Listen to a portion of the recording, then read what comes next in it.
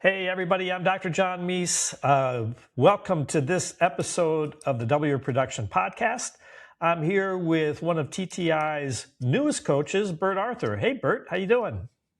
Doing great, Dr. John. How are you? I'm doing good. I got to slow everything down for this Southern boy here because he's a good, slow talker, and I got my upper Midwest, blah, blah, blah, blah, blah, blah. So, Burt, why don't you tell everybody a little bit about yourself and how you came to be here at TTI? Sure. This is now my 21st year in dentistry. Started out, it's hard to believe it's been 21 years ago at a little office in Anniston, Alabama, if you can believe that. Was fortunate enough to be a part of their growth cycle, held the CFO title there, grew that from one office to 14 before selling to VC firm.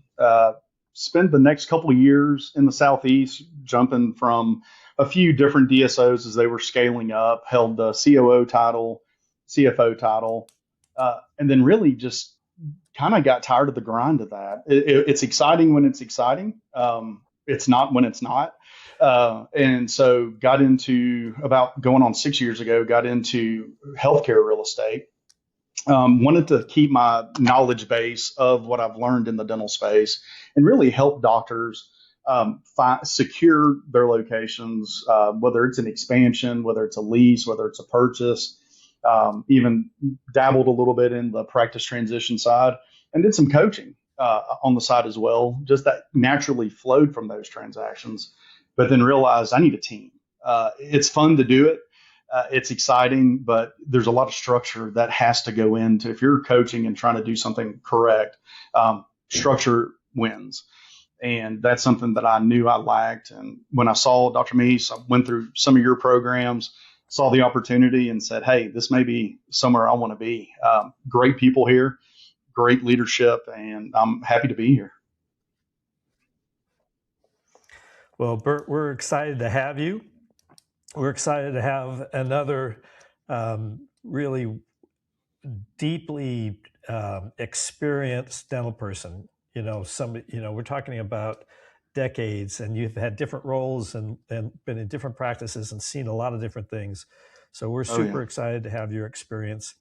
And your time spent doing healthcare real estate is something exciting too, because we have not had anybody on our team with that expertise. And so that's yet another reason why we're excited to have you. Absolutely. And that's why I wanted to have you on the podcast, is so that we can start talking through some of the real estate questions and problems that practices have. And this is going to be one of a series of these as we get through the real estate issues that dentists have. Now, a lot of dentists don't think a lot about their real estate and their leases. But when you think about a lease that might be $7,000, $8,000, $10,000 a month, and that's 120 grand a year, 5 or 10 year lease. That's $1 million. If it's a 10-year, it's $1.2 million. You got 5-year extensions, 2 of those. It's a $2.4 million potential, expense. In a lot of practices, it's the number 2 expense on their P&L. It's people first. It's their real estate or occupancy cost is the second largest item on that P&L. Yep. So it's really an important topic that I think people glance over, and there's a tremendous opportunity to do it well, and there's a tremendous opportunity to get fleeced. So let's take on the first topic, Burt, you and I decided to get into when it comes to dental real estate, and that is, should we own or should we lease? So you and I have not had a conversation about this, so I'm curious about what you have to say. Shoot, give us some of your point of view. I would say before we get started with should I own or should I lease, one of the things I've told my clients, and I continue to tell them today, it's always practice first, real estate second. And it's because where is your wealth going to be generated from for the next several years? I'd much rather you lease a space, even if it's not your dream, because that's where your wealth is going to be coming from. It's not going to be coming from your real estate holdings.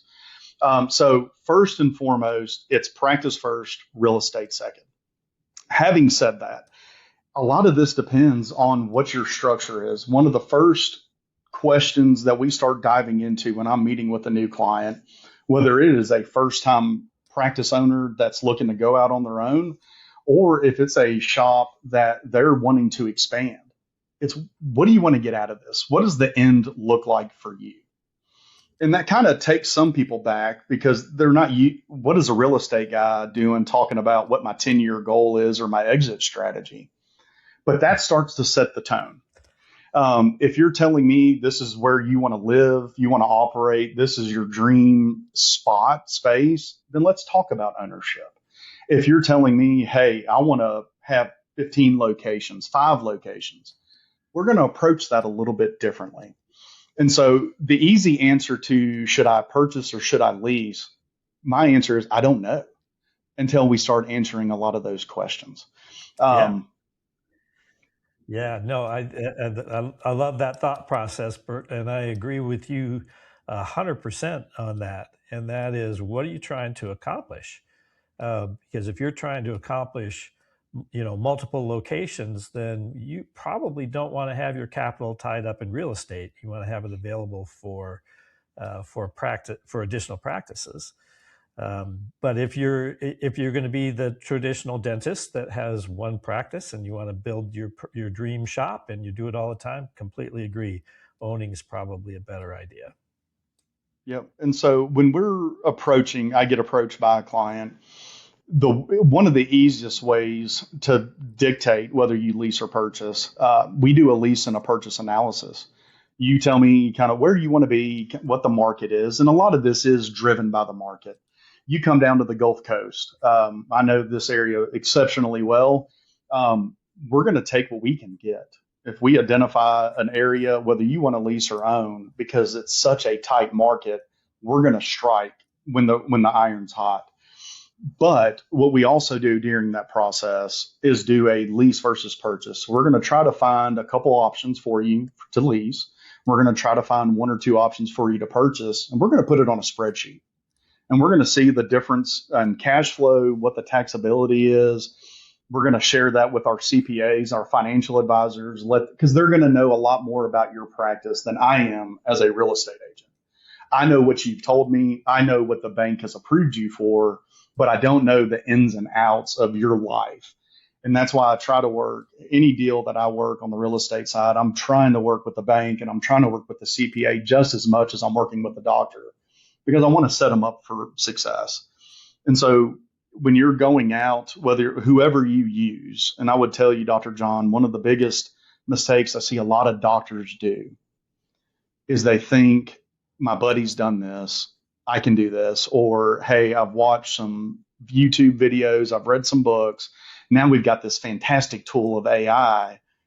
But that's where a lot of these issues come in. They can give you a lot of good information broadly, but when you start getting into the specifics on how that impacts your cash flow, why is this property maybe better than this other property, it starts to fall apart. And what you've got to remember as a doctor, as a non-real estate person, when you go drive around and you see a sign that has a number for that property, that agent that's listing that property does not work for you.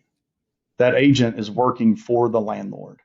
And that's a very huge distinction I see when you're going out, having somebody that knows how to make those phone calls, somebody that knows how to negotiate what's realistic versus what have you read on some Facebook post from somebody that's in a completely different market than yours.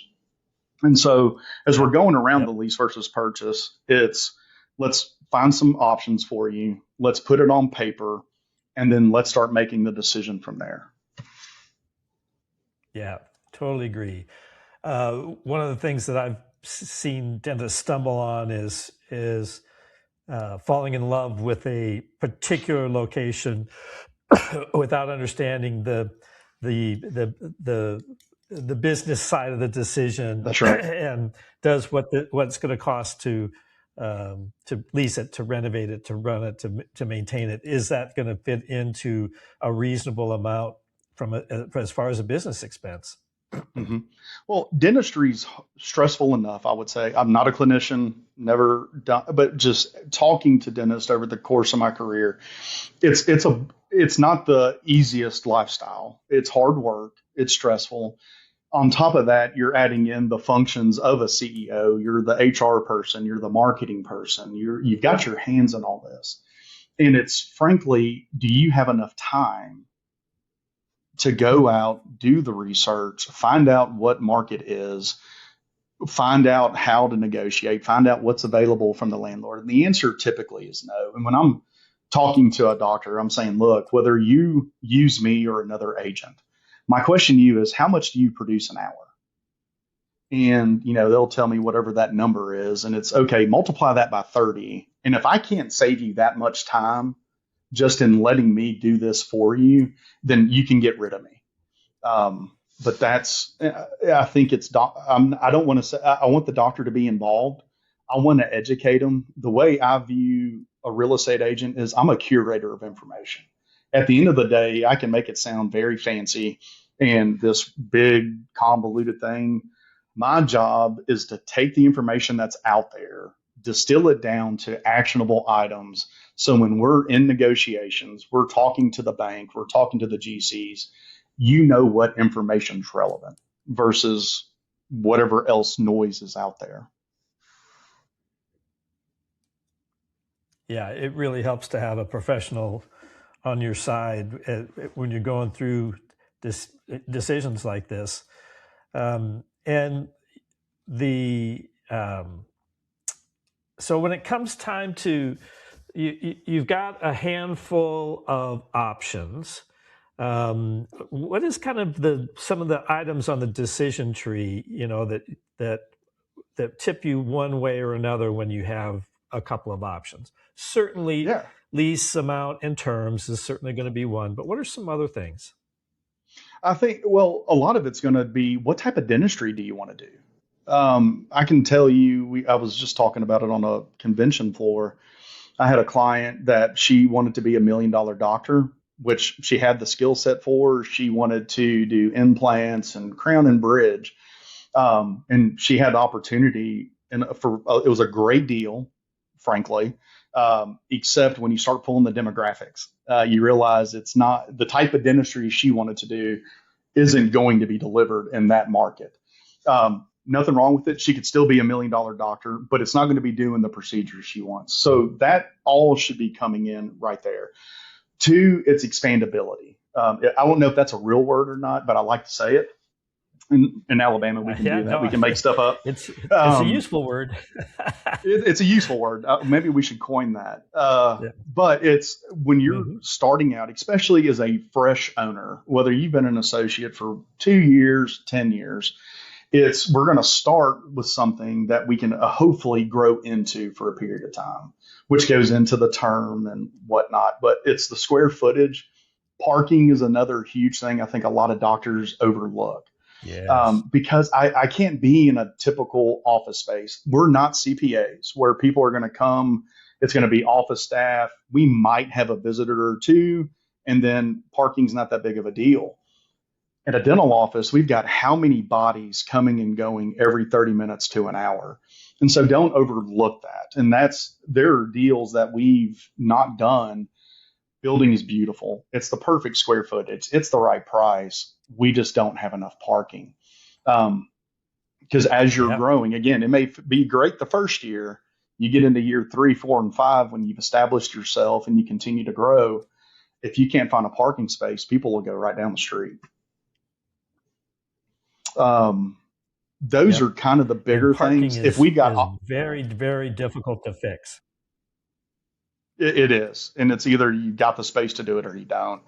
But even inside, if we got square footage, I'd like to be able to grow into that square footage. I don't want to put you necessarily in a small, down here, your typical office is going to be about 2,500 square feet. I don't like going too much lower than that, but I also don't want you in 6,000 either starting out. And so a lot of it just comes down to feel. Another big one too is what concessions can we get from the landlords? And when we talk about concessions, we're talking about, rent abatement. We're talking about build out costs. Will they help support some of that? But that's if you've got options. And those, when I say it depends, one, real estate's local, and it sounds cliche, but it's the absolute truth. The advice I would give, and that's my fear, I think, with AI, my concern with some podcast, even though I know we're doing one, is once you've done one deal, you've done one deal. And the deal can look one way in Atlanta. It can look a completely different way in Alameda, California than it does on the Gulf Coast, which is where I get, again, consider the source, consider where they're from. If you want to talk to me about generic stuff, more than happy to do it. If you want to talk to me about hyper local, we can, but I'm going to have to do some research.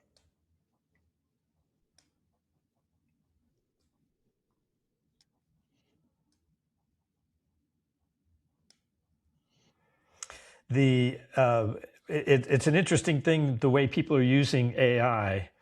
Mm-hmm. AI might be a good tool to develop a list of questions to ask.